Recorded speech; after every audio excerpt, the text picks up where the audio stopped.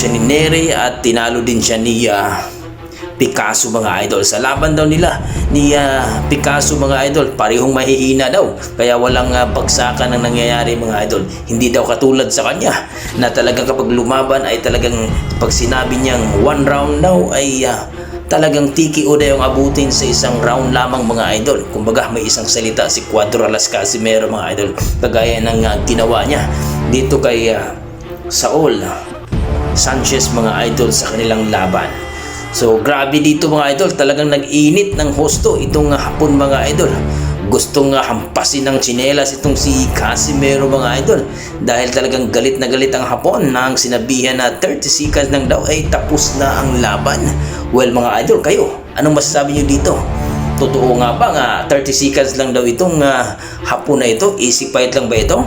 Well mga idol, abangan natin yan dahil may isang salita si Casimero